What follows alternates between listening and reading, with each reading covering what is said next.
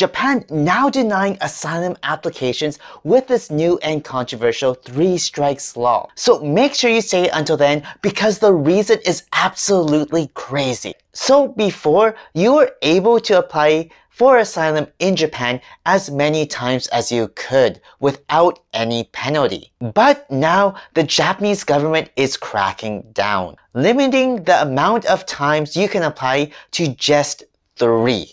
And after the 3rd time, you can be technically deported from the country. So can you imagine trying to flee a war-ridden country and traveling all the way to another country just to be denied entry? Now, there are those that will say if we let everyone into Japan, then it won't be safe anymore. And this perception is because those who are claiming asylum, there's a kind of a stereotype surrounding that they won't know or adapt to the language or customs of Japan, and therefore won't be able to integrate properly.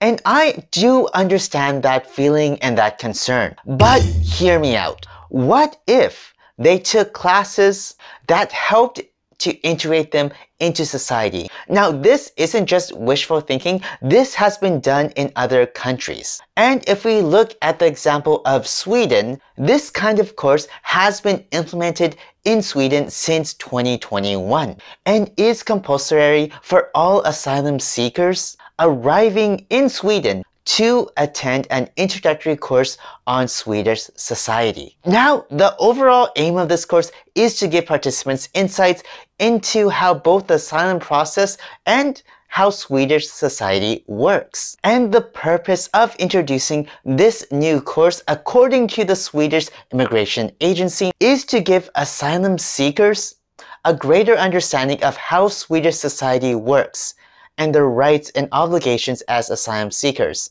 but also to promote better conditions for integration in the country for those who are granted a residence permit. And overall, this course takes 2.5 days to complete and is taught in many different languages, which is led by the Swedish Immigration Agency. And with all that being said, I really do think that Japan would greatly benefit from having a course like this for those that get selected as asylum seekers in Japan.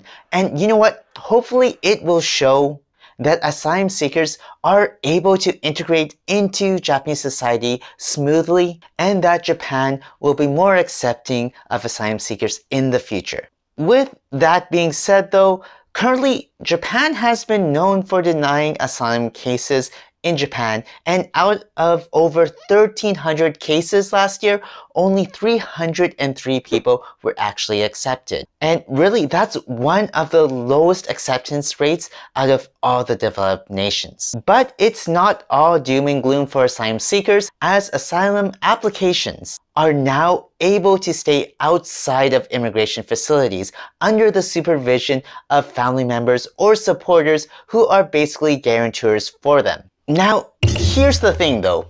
If asylum seekers can prove that they have a reasonable reason to support their case, then they can potentially stay in Japan. But what exactly is considered a reasonable reason is up to the officials in charge. But what do you think of all this though? Let me know in the comment section down below, and please like, share, and subscribe to help bring important topics like this to light. And you know what? If you're interested in Japan and want to make Japanese friends, then make sure you check out my free Japanese online course about how to make a fantastic first impression. And until next time everyone, stay waku waku. And if you like this video, then you definitely want to check out this next video about how discrimination is being tackled in Japan.